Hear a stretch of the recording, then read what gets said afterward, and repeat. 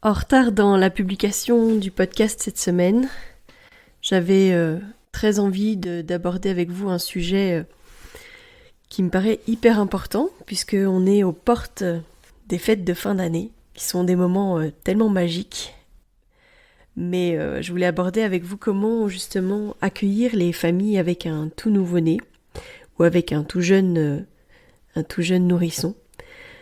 Un accueil chaleureux, certes, mais surtout adéquat pour que ce tout petit, mais aussi surtout sa famille, soit confortable, sans compromettre justement leur équilibre peut-être tout juste acquis, voire pas du tout encore acquis, et pour que tout le monde soit bien, et surtout ce petit bébé.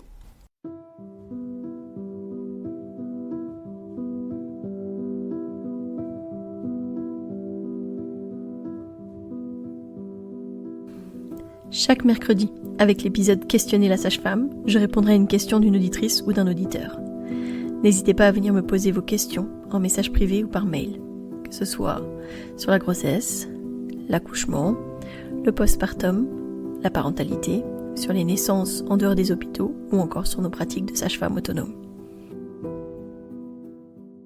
Donc dans cet épisode, on va explorer comment offrir un environnement adapté au nouveau-né pendant les fêtes, mais surtout confortable pour les parents et surtout pour la nouvelle maman qui a donné en tout cas de sa personne pour accueillir ce bébé que vous avez devant vous, tout en respectant leur rythme et leurs besoins.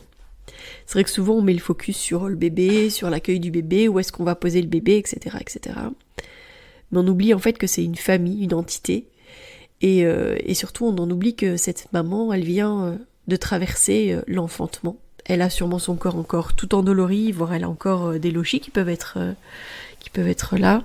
Elle met peut-être tout juste en route son allaitement, etc. Si ses parents vous font l'honneur, la joie de venir participer un petit peu à votre repas de réveillon, justement, je pense que si jamais vous avez l'opportunité d'adapter un petit peu l'environnement dans lequel vous allez les accueillir, ce sera tout bénéfice pour vous et pour eux. Bien sûr, les fêtes de fin d'année, c'est un moment chaleureux. C'est un moment où, en général, on aime partager avec nos familles, et je pense qu'il y a de nombreux jeunes parents, les toutes nouvelles familles, parfois, sont très anxieuses de devoir aller partager le repas de fin d'année avec les proches, avec les familles, et tout simplement, savoir que peut-être qu'en fait, ils ne viendront pas à votre repas, et c'est pas qu'ils sont contre le fait de venir, mais c'est surtout que ils ont peut-être pas encore trouvé leur équilibre. Les nuits sont peut-être encore compliquées, voire ce bébé est vraiment trop petit, il vient peut-être tout juste de sortir. Et qu'en fait, s'ils ne viennent pas, c'est ok. Respectez ça, ne mettez pas la pression, et au contraire, peut-être proposer d'apporter, pourquoi pas un repas, pour que justement ils puissent bénéficier un petit peu de ce repas de fête, mais dans leur cocon à eux, chez eux. Donc vous pourrez très bien leur apporter le repas un petit peu en avance pour qu'ils puissent réveillonner tous les trois, faire un petit coucou, mais ne pas s'imposer, quoi. Un petit peu comme ce que je vous dis en postpartum immédiat, déjà à la base, mais là je pense qu'en prendre soin c'est encore plus grand. Si jamais ils viennent, c'est peut-être que pour un petit moment, un petit passage, et c'est ok également, quoi. Leur dire que c'est ok, qu'ils peuvent juste passer j'allais dire quelques minutes, peut-être pas, parce que le déplacement en vaudra peut-être pas le coup, mais en tout cas, ils vont pas rester toute la soirée, jusque minuit, pour l'ouverture des cadeaux, etc. Mais peut-être que le temps de l'apéritif, mais pas s'éterniser, parce que justement, il y a la fatigue qui s'accumule, parce qu'ils sont encore un peu perdus, etc. Si c'est le cas, s'ils restent pas jusqu'au bout, peut-être justement, encore une fois, pensez à préparer un petit doggy bag. Ce sera d'autant plus facile pour eux de rentrer à la maison après. Et surtout, de leur rappeler que c'est pas un problème, qu'ils peuvent effectivement faire ça. Enfin, s'ils restent plus longtemps, vraiment, pensez à leur confort et à être un réel soutien. Le confort, ça va pas être juste prévoir une chaise pour qu'elle puisse s'asseoir. Ça va être peut-être un bon fauteuil bien agréable et bien confortable pour pouvoir allaiter le bébé, peut-être un peu à l'écart pour que si jamais elle ne se sent pas prête à allaiter devant tout le monde, qu'elle soit en sécurité pour pouvoir le faire tranquillement, sans qu'il y ait de pression ou quoi que ce soit. Ça va être justement de faire en sorte qu'elle ait un endroit confortable où s'installer et qu'elle ne soit pas obligée de rester par exemple debout tout le long de l'apéritif parce que c'est pas très conseillé de rester en position verticale. Vous savez, je parle souvent de cette pression de l'utérus qui fait encore 1,5 kg une fois qu'on a accouché et qui est responsable de pas mal de descentes d'organes parce qu'on se remet trop vite à la verticale après la naissance des bébés. Donc, si ils viennent et qu'ils vous font l'honneur d'être présents, pensez justement à préserver cette maman. Je sais pas pourquoi chez nous, les bébés sont un peu vus comme un trophée. Un petit être qui doit passer de bras en bras, dont chacun doit un peu profiter, avoir l'honneur de porter ce bébé, etc. Mais c'est pas vrai en fait. Le vrai endroit où doivent être toujours les bébés, c'est sur leurs parents. D'abord parce que ils sont fragiles, qu'ils ont un microbiote qui est tout juste en train de se construire, et que nous, on n'a pas à partager nos germes, partager notre propre microbiote avec ce bébé, et que du coup c'est finalement instinctif. Ces jeunes parents qui ne se sentent pas en fait de partager ce moment-là, donc parfois ils vont avoir tendance à justement à ne pas venir de peur d'être jugés sur le fait qu'ils vont garder leur bébé près d'eux. Et donc vous pouvez aussi leur dire tout simplement, mais il n'y a pas de problème, tu peux venir avec ton bébé, tu peux le garder contre toi, etc. C'est hyper important en fait qu'ils sachent qu'ils seront en sécurité, dans le sens aussi où on les laissera avoir leur bébé dans les bras. C'est clair que le bébé, il est mieux dans les bras des parents, et que instinctivement, il y a des parents qui vont avoir parfois une sensation, une impression, une tension à l'intérieur d'eux quand on prend leur bébé dans les bras. Actuellement, on a une maman comme ça qui vit très mal le fait d'avoir cette pulsion un peu de protection, de ne pas vouloir laisser son bébé dans les bras de quelqu'un d'autre que de son papa ou d'elle.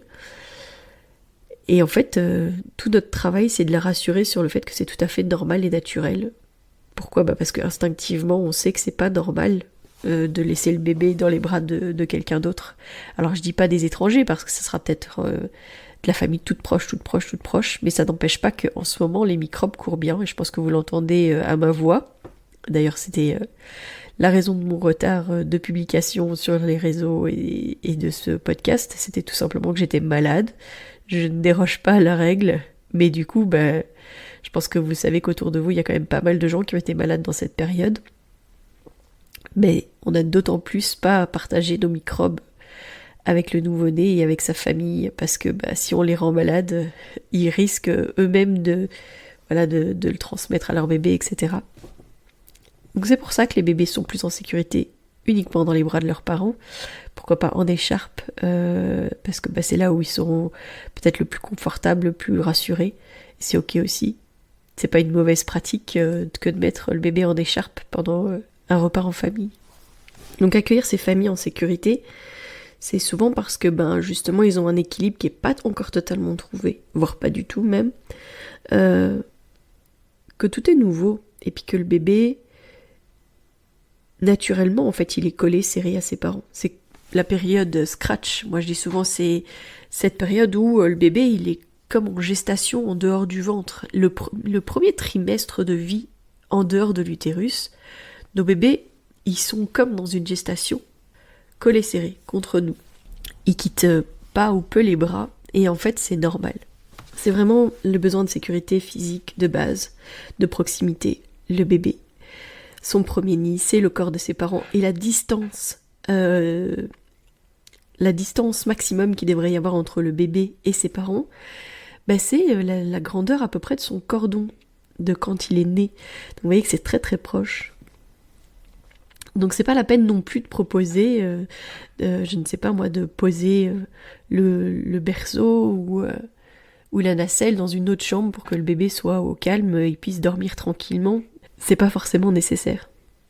Parce que souvent, ils vont vouloir le garder à portée d'yeux, d'oreille et de nez, et que mettre à distance, c'est pas toujours confortable, surtout dans un environnement qui n'est pas le sien. La sécurité émotionnelle, parce que ce dont va avoir besoin ce bébé, ça va être aussi d'être tout proche de ses parents, parce que à nouveau, dans une situation nouvelle, avec des bruits nouveaux, avec des stimulés nouveaux, il aura besoin de ce sentiment de sécurité et de proximité.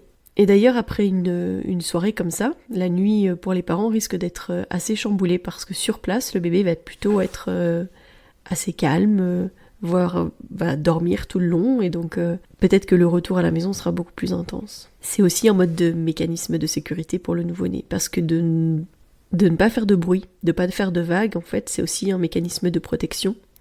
C'est ce qui fait par exemple que le bébé qui pleure beaucoup, qui se sent pas bien, etc., qui est dans les bras de ses parents, et que quelqu'un d'autre le prend dans les bras et puis qui se calme, ça désarçonne beaucoup les parents, surtout par exemple à la maternité, ou moi je sais que quand je viens chez les parents, j'ai aussi parfois cette situation qui se passe, où le bébé pleure beaucoup, et puis au moment où je vais le prendre parce que je vais l'examiner, ou il se calme, et les parents se disent « Ah, mais comment est-ce que tu fais? T'es super calme, qu'est-ce qui t'arrive? Qu'est-ce qui fait que t'arrives à le calmer comme ça, etc. » Et je dis « Mais moi, je suis pas sa figure d'attachement, en fait. » Quand le bébé est dans les bras de ses parents, il sait qu'il peut pleurer, qu'il peut s'exprimer, etc. Et parfois, ils ont plus de mal à le faire avec quelqu'un qu'ils connaissent pas, mais c'est normal, c'est de la sécurité. Et quand on parle de sécurité émotionnelle pour les parents, ça va être d'être un soutien pour eux. Peut-être leur dire que vous trouvez qu'ils font bien, qu'ils se débrouillent vraiment super bien avec leur bébé, qu'ils ont l'air de bien gérer, et que si jamais ils ont besoin de tel ou tel truc, vous êtes là. Mais surtout pas de jugement. Pas de jugement sur leur pratique, pas de jugement sur la manière dont ils font, etc. C'est sûr et certain qu'ils font pas comme vous. C'est sûr et certain parce que déjà personne ne fait comme tout le monde. Enfin, voilà, il n'y a pas une manière de faire.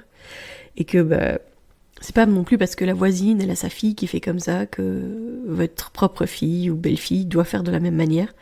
Non, ça n'a rien à voir. Je pense que tout est personnel, tout est par rapport à notre propre situation. Mais ce qui est sûr, c'est que le jugement, ça, malheureusement, les parents, ils en souffrent tous. C'est que on a toujours notre grain de sel à les donner, on a toujours notre avis à donner, à dire « Ah, moi, de mon temps, on faisait pas comme ça. Ah, t'es sûr qu'il a assez mangé parce que il te redemande encore. T'es sûr que t'as assez de lait? Est-ce que ton lait il est encore assez bon? Pourquoi est-ce qu'il est dans tes bras? Est-ce que c'est une bonne idée de faire comme ça, etc., etc. » Non, plutôt proposer peut-être d'apporter un nouveau coussin, de faire en sorte que ce soit confortable, proposer de l'aide si jamais c'est nécessaire. En fait, si vous vous montrez disponible, si vous êtes un réel soutien, en fait, si vous êtes gardien de ce cocon que vous allez créer pour cette nouvelle famille, cet espace de sécurité et de bien-être, cette bulle de bienveillance autour des parents, ils seront en fait d'autant plus enclins à rester auprès de vous, à être présents.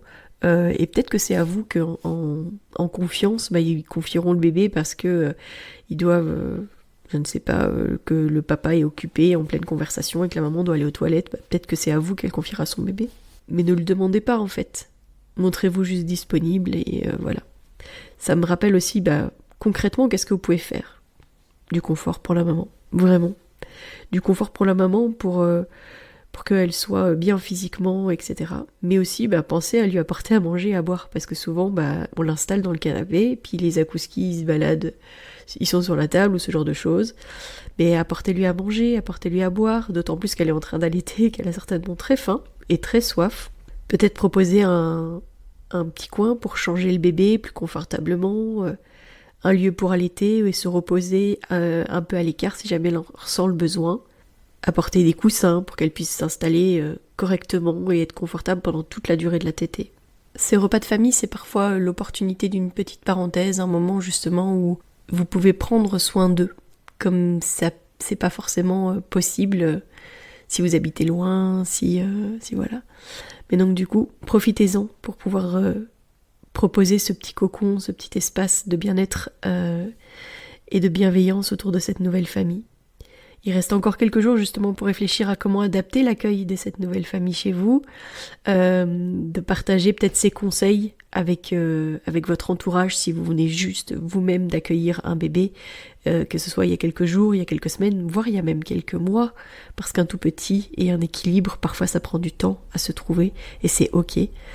Donc partagez-le peut-être avec votre entourage pour que vous ayez des festivités qui soient un peu plus sereines et surtout, profitez bien, passez de joyeuses fêtes et je vous donne rendez-vous la semaine prochaine. D'ici là, portez-vous bien. Si vous souhaitez échanger à propos des différents sujets abordés dans ce podcast, vous pouvez interagir sur les posts dédiés à chaque épisode sur nos réseaux sociaux Facebook et Instagram. Vous pouvez également me joindre par email à melissa@chambard@gmail.com. Je serai également ravie de collaborer avec vous, que ce soit pour un témoignage, une rencontre ou pour savoir quel sujet vous intéresserait à l'avenir. Je vous invite à vous abonner pour ne rien louper des prochains épisodes, mettre des étoiles, des commentaires et surtout à partager pour faire rayonner, voyager ce podcast, pour démystifier l'accouchement en dehors de l'hôpital, parler de ses suivis, de ses naissances et continuer à accueillir en douceur les adultes de demain.